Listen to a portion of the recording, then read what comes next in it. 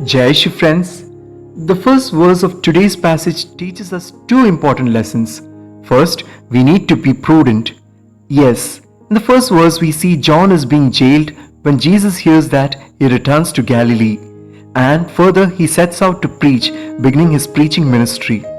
It's because Jesus wanted to avoid all confusions and divisions among the followers that Jesus didn't preach vehemently so far. This is to say, there were tensions between the followers, whether who's correct, John or Jesus. But Jesus knew that if he preached together with John, the change in outlook would then do more harm than doing good. It would eclipse the gospel values rather than highlighting it. Yes, it's certainly important for us to know, even if we have something good with us, when to proclaim it or reveal it. If we do not know, we will be like a fool who forgets to serve the bitter gourd dish during the meals, but which he serves forcefully even after the completion of the dessert. Often, we tend to compete with others, thinking they will outdo us, forgetting that none can eclipse us if we have got something genuine to contribute to this world. This is the prudence Jesus had in life, to withdraw when necessary and to proclaim from rooftops when the time is apt. Secondly, this also indicates that he was not just prudent by not preaching with John, but he was also patient, for Jesus waited for his time to come, believing that God will lead those who trust and walk in his light.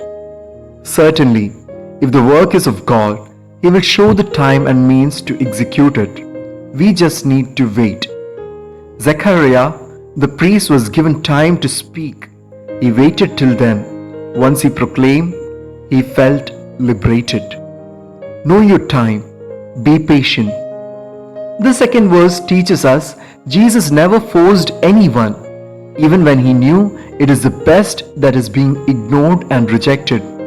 Rather, he moves elsewhere in search of better possibilities, and he chose Capernaum in Galilee as his headquarters for his ministry. Because Galilee was thickly populated with different people and cultures all over the world. Thus, there was an atmosphere created susceptible to new personalities and ideas, making the way more conducive for Jesus' ministry than Nazareth. We have heard about the famous Aesop's fable of the wind and the sun. There was once an argument between the wind and the sun about who was stronger than the other. They argued for a long time, but neither of them emerged the winner. It wasn't too long before they spotted a man sitting. The wind challenged that the one who succeeded in removing the coat from the man's back was the strongest. The wind volunteered to try first. It began to blow hard, raising gusts of air and making it harder for the man to take a step further. But as the wind blew harder, the man clutched his coat more tightly. Finally, the wind gave up, and then sun gently smiled upon the person, whereby unable to bear the rising heat, the man took off his coat.